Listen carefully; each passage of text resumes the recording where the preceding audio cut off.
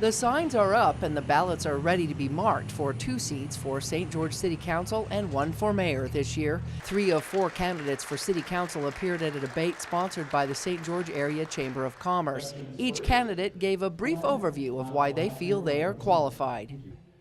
Have the opportunity of serving for the past 4 years, almost 4 years on the City Council. So I do have some lead on what's coming up, what's going to happen. Without you, we don't exist. And so we need to do everything we can to empower you as small business people. And I feel that I'd be good on the City Council in doing that. Right now, I'm in the middle of a few developments. I know zoning, I know ordinances, I know about impact fees, and I feel like I can represent you well. And I've done my very best, and I believe I've kept those commitments, that I would listen to citizens and their concerns and work hard to resolve issues. 2, that we would be planning more than we ever have in the past, and that we would develop a 5-year plan. And 3rd, that we would focus on economic development and education. Found out a lot of things that are going on in St. George that I don't like.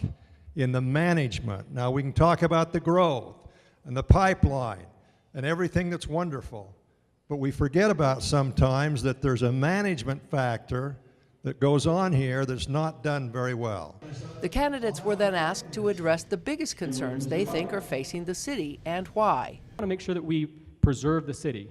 I want to make sure that as we make decisions, as we develop moving forward, that we make the right decisions. I want to make sure that we have affordable housing. That's something that I'm I think is very important for us, and I think that we're lacking in. We're building a lot of new multifamily housing, but that's not necessarily affordable housing. Because we've got a labor shortage, and we're seeing in many of our industries, especially in the construction, we've had people head to Texas.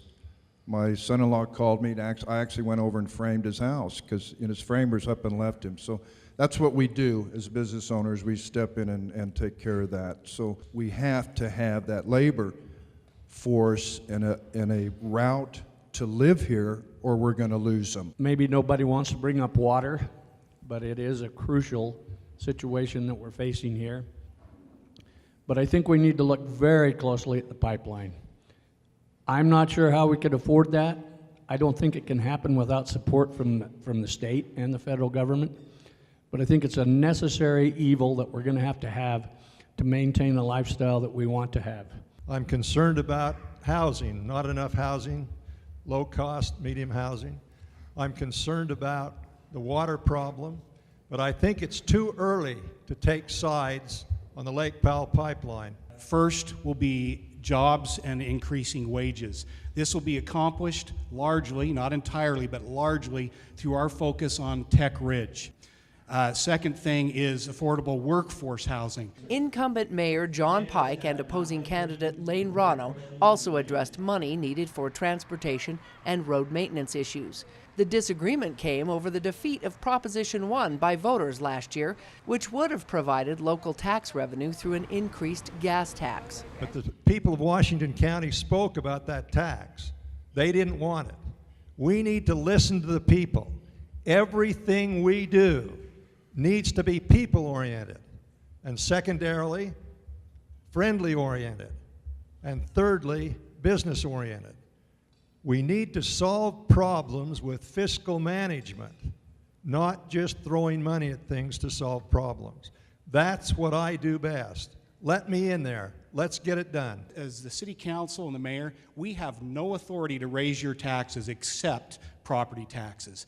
And that hasn't happened since 1996. So we don't have a proposal to do that. This was something to put before the voters, which we did, thanks to the legislature and to the county commissioners for putting it on the ballot. And so we consider that done. But there are people we need to listen to who asked for additional transit services. So we will need to address those.